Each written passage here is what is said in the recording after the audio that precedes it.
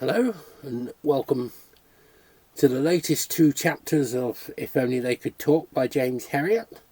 This is chapters 19 and 20, and I apologise for the slight brightness in the room. The sun isn't shining in, but the camera really does pick up the light there. But I can't really see it. I'd have to have a light on if I close the curtains. So we read chapter 19. I flipped idly through the morning mail. The usual stack of bills, circulars, brightly coloured advertisements for new drugs, that's medicinal drugs for animals. After a few months, the novelty had worn off and I hardly bothered to read them. I had almost reached the bottom of the pile when I came on something different. An expensive-looking envelope in heavy, decal-edged paper addressed to me personally. I ripped it open and pulled out a gilt-bordered card which I scanned quickly. I felt my face redden as I slipped the card into an inside pocket. Siegfried finished ticking off the visits and looked up. "What are you looking so guilty about, James? Your past catching up with you? What is it, anyway? A letter from an outraged mother?" "Go on, then," I said sheepishly, pulling out the card and handing it to him. "Have a good laugh. I suppose you'd find out anyway." Siegfried's face was expressionless as he read the card aloud. "Tricky requests the pleasure of Uncle Herriot's company on Friday, February 5th. Drinks and dancing." He looked up and spoke seriously. "Now, isn't that nice? You know, that must be one of the most generous Pekingeses in England.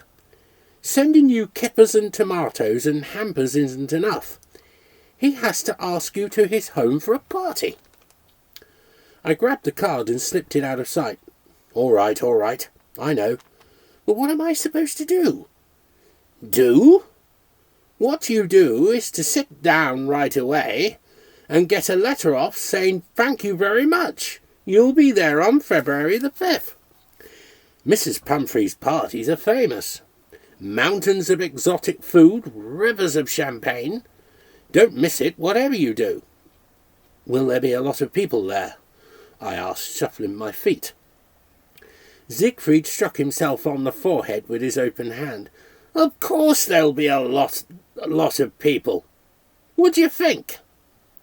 Did you expect it would be just you and Tricky? You'd have a few beers together and then you'd dance a slow foxtrot with him. The cream of the county will be there in full regalia, but my guess is that there will be no more honoured guest than Uncle Herriot. Why? Because Mrs. Pumphrey invited the others, but Tricky invited you." Okay, I groaned. "I'll be on my own and I haven't got a proper evening suit. I don't fancy it." Siegfried rose and put a hand on my shoulder. "My dear chap, don't mess about. Sit down and accept the invitation and then go into Broughton and hire a suit for the night. You won't be on your own for long. The Debs will be tramping over each other for a dance with you." He gave the shoulder a final pat before walking to the door. Before leaving, he turned round and his expression was grave. "And remember, for Pete's sake, don't write to Mrs. Pumphrey. Address your letter to Tricky himself or you're sunk." I had a lot of mixed feelings churning around in me when I presented myself at the Pumphrey home on the night of February 5th. A maid led me into the hall and I could see Mrs. Pumphrey at the entrance to the ballroom receiving her guests, and beyond, an elegant throng standing around with drinks. There was a well-bred clamour, a general atmosphere of wealth. I straightened the tie on my hired outfit, took a deep breath and waited. Mrs. Pumphrey was smiling sweetly as she shook hands with the couple in front of me, but when she saw me, her face became radiant. "Oh, Mr. Herriot, how nice of you to come. Tricky was so delighted to have your letter. In fact, we really must go in and see him now. She led me across the hall. He's in the morning room, she whispered. Between ourselves, he finds these affairs rather a bore, but he'll be simply furious if I don't take you in for a moment. Tricky was curled up in an armchair by the side of a bright fire. When he saw me, he jumped on the back of the chair, barking in delight, his huge laughing mouth bisecting his face. I was trying to fend off his attempts to lick my face when I caught sight of two large food bowls on the carpet. One contained about a pound of chopped chicken, the other a mass of crumbled cake. "Mrs. Pumphrey," I thundered, pointing at the bowls. The poor woman put her hand to her mouth and shrank away from me. "Oh, do forgive me," she wailed, her face a picture of guilt. "It's just a special treat because he's alone tonight, and the weather is cold too." She clasped her hands and looked at me objectively. "I'll forgive you," I said sternly, "if you will remove half the chicken and all the cake." Fluttering like a little girl caught in naughtiness, she did as I said. I parted regretfully from the little peak. It had been a busy day, and I was sleepy from the hours in the biting cold. This room, with its fire and soft lighting, looked more inviting than the noisy glitter of the ballroom, and I would have preferred to curl up here with Tricky on my knee for an hour or two. Mrs. Pumphrey became brisk. "Now you must come and meet some of my friends." We went into the ballroom, where light blazed down from 3 cut-glass chandeliers and was reflected dazzlingly from the cream and gold, many-mirrored walls. We moved from group to group as Mrs. Pumphrey introduced me, and I squirmed in embarrassment as I heard myself described as Tricky's dear, kind uncle. But either they were people of superb self-control, or they were familiar with their hostess's blind spot, because the information was received with complete gravity. Along one wall a 5-piece orchestra was tuning up. White-jacketed waiters hurried among the guests with trays of food and drinks. Mrs. Pumphrey stopped one of the waiters. "Francois, some champagne for this gentleman." "Yes, madame." The waiter proffered his tray. No, not those. No, not those. One of the big glasses." Francois hurried away and returned with something like a soup plate with a stem. It was brimming with champagne.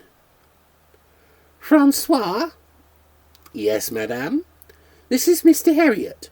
I want you to take a good look at him." The waiter turned a pair of sad spaniel eyes on me and drank me in for a few moments. "I want you to look after him. See that his glass is full and that he has plenty to eat." "Certainly, madame." He bowed and moved away. I buried my face in the ice-cold champagne, and when I looked up, there was Francois holding out a tray of smoked salmon sandwiches. It was like that all the evening. Francois seemed always to be at my elbow, filling up the enormous glass or pushing dainties at me. I found it delightful. The salty snacks brought on a thirst which I quenched with deep draughts of champagne. Then I had more snacks which made me thirsty again, and Francois would unfeignedly pop up with the magnum. It was the first time I had had the opportunity of drinking champagne by the pint, and it was a rewarding experience. I was quickly aware of a glorious lightness, a heightening of the perceptions. I stopped being overawed by this new world and began to enjoy it. I danced with everybody in sight, sleek young beauties, elderly dowagers, and twice with a giggling Mrs. Pumphrey. Or I just talked, and it was witty talk. I repeatedly amazed myself by my lightning shafts. Once I caught sight of myself in a mirror, a distinguished figure, glass in hand, the hired suit hanging on me with quiet grace. It took my breath away. Eating, drinking, talking, dancing, the evening winged past. When it was time to go and I had my coat on and was shaking hands with Mrs. Pumphrey in the hall, Francois appeared again with a bowl of hot soup. He seemed to be worried lest I grow faint on the journey home. After the soup, Mrs. Pumphrey said, "And now you must come and say good night to Tricky. He'll never forgive you if you don't." We went into his room, and the little dog yawned from the depths of the chair and wagged his tail. Mrs. Pumphrey put her hand on my sleeve. "While you're here, I wonder if you would be so kind as to examine his claws. I've been so worried in case they might be growing too long." I lifted up the paws one by one and scrutinised the claws, while Tricky lazily licked my hands. "No, you needn't worry. They're perfectly all right." "Thank you so much. I'm so grateful to you. Now you must wash your hands."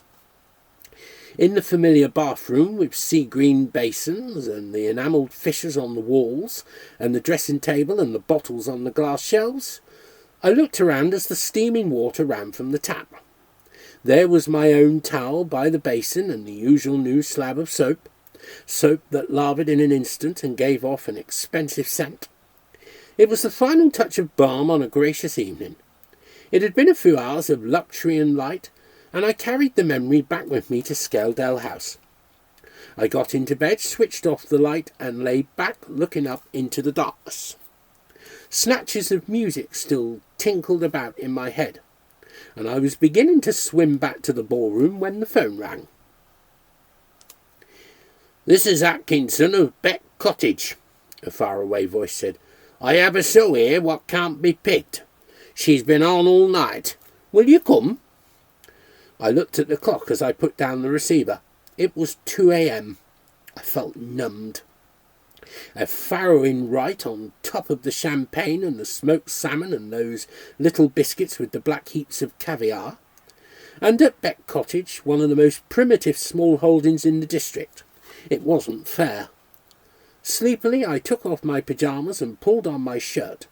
As I reached for the stiff, worn corduroys I used for work, I tried not to look at the hired suit hanging on a corner of the wardrobe.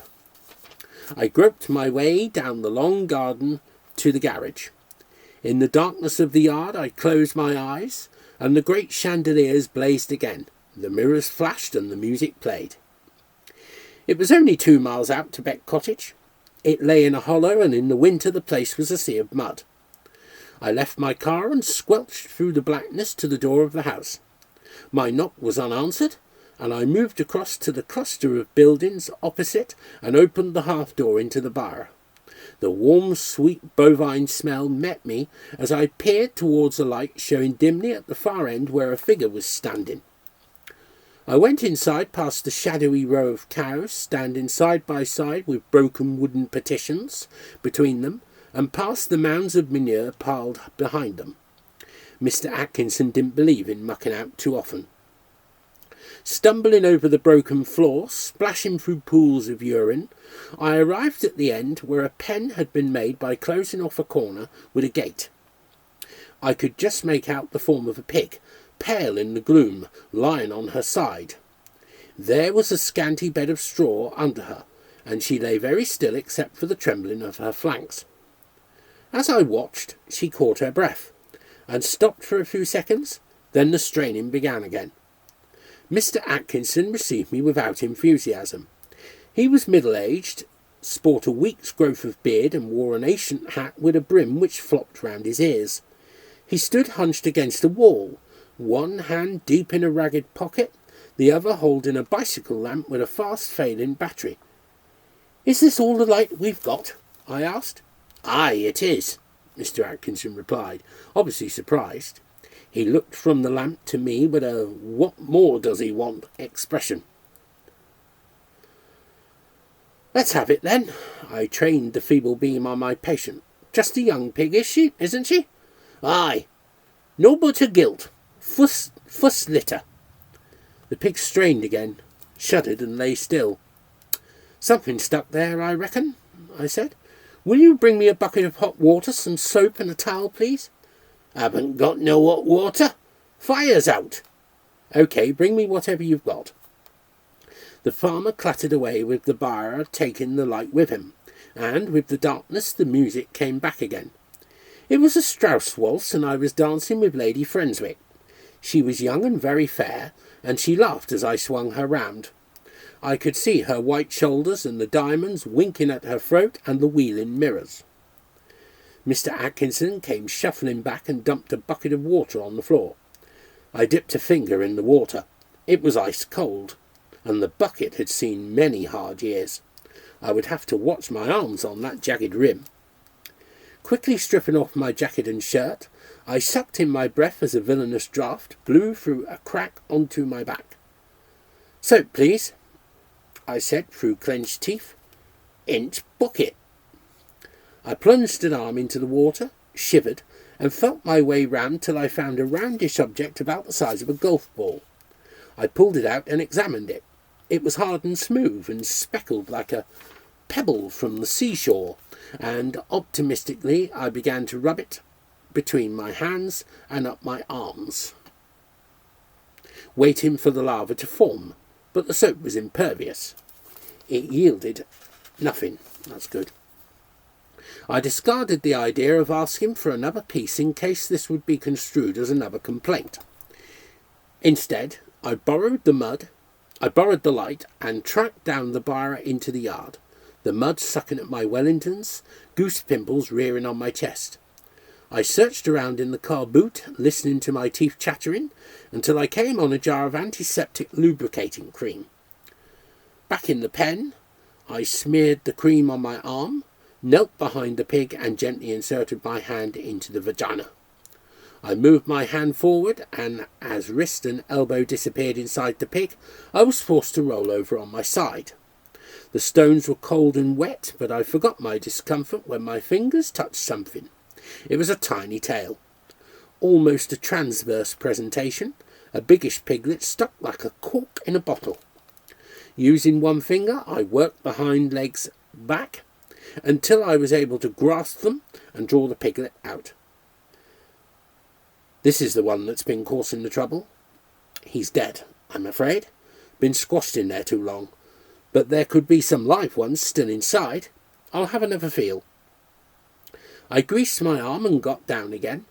Just inside the os uteri, almost at arm's length, I found another piglet, and I was feeling at the face when a set of minute but very sharp teeth sank into my finger.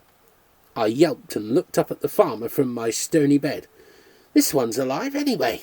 I'll soon have him out." But the piglet had other ideas.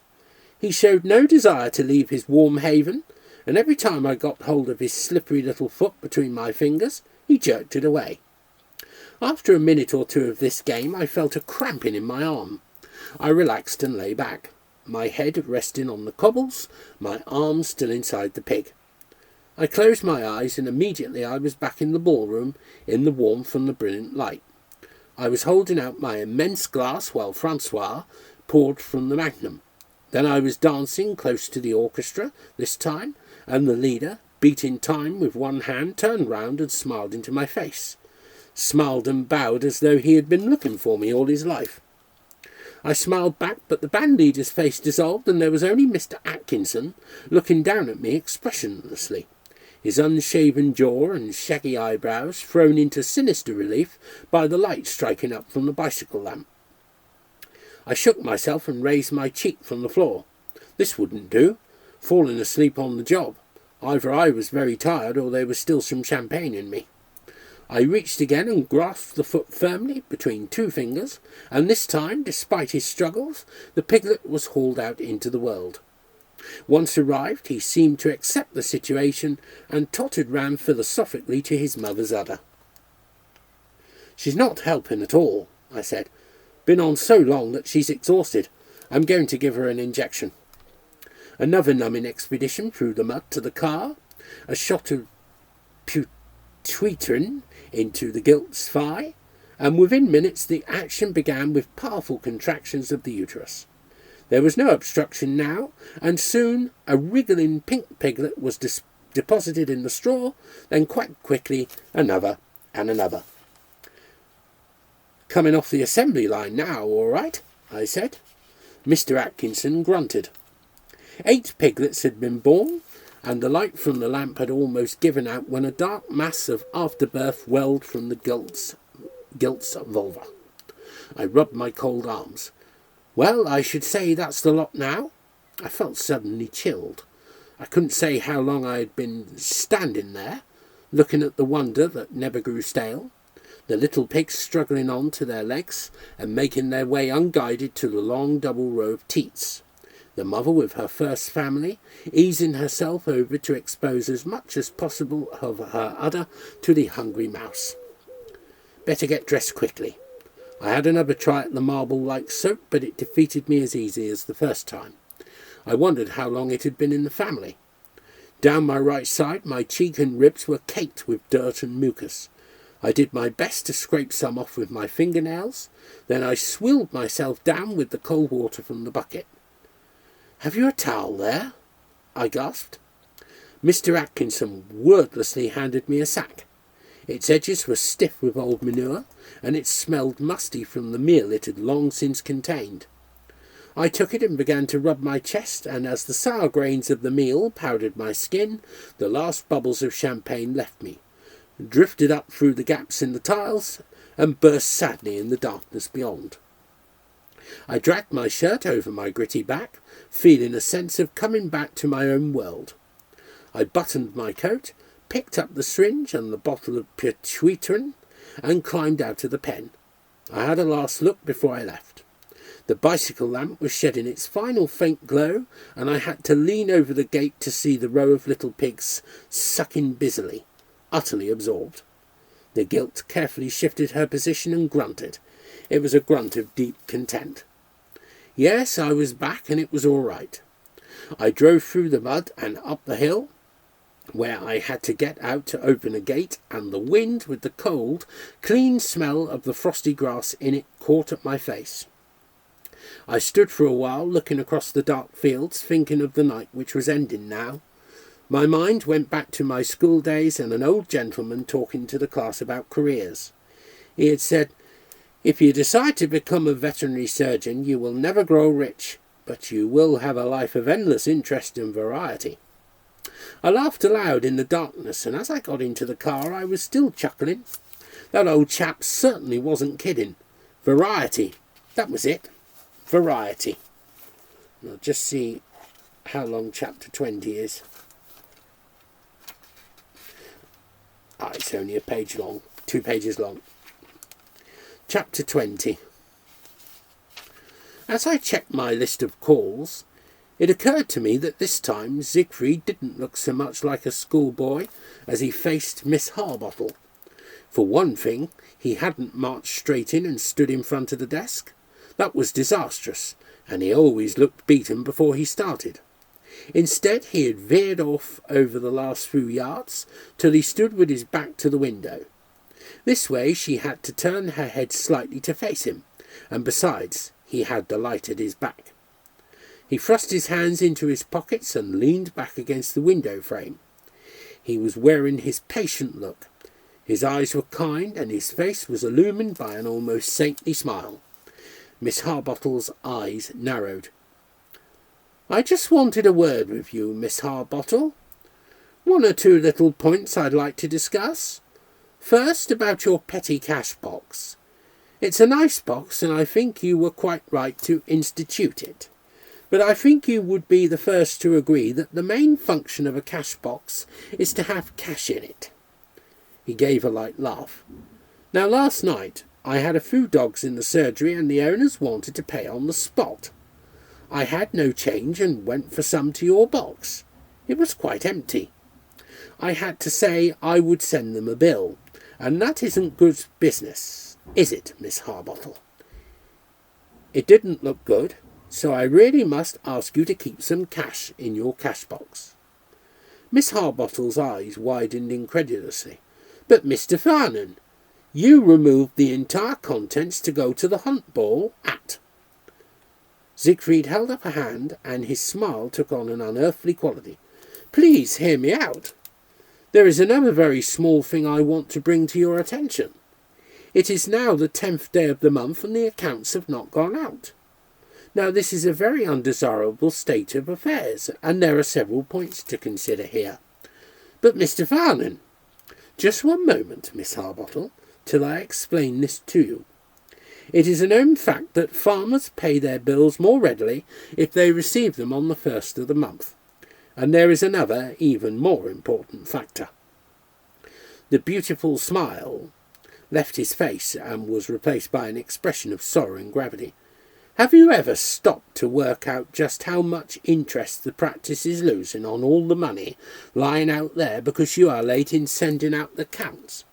Mr. Farnan, I am almost finished, Miss Harbottle, and believe me, it grieves me to have to speak like this, but the fact is I can't afford to lose money in this way.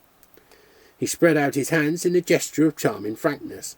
So if you will just apply yourself to this little matter, I'm sure all will be well. But will you tell me how I can possibly send the accounts when you've refused to write up the... In conclusion, Miss Harbottle, let me say this. I have been very satisfied with your progress since you joined us, and I am sure that with time you will tighten up on those little points I have just mentioned. A certain roguishness crept into his smile, and he put his head on one side. Miss Harbottle's strong fingers closed tightly round a heavy ebony ruler. Efficiency, he said, crinkling his eyes. That's what we must have. Efficiency.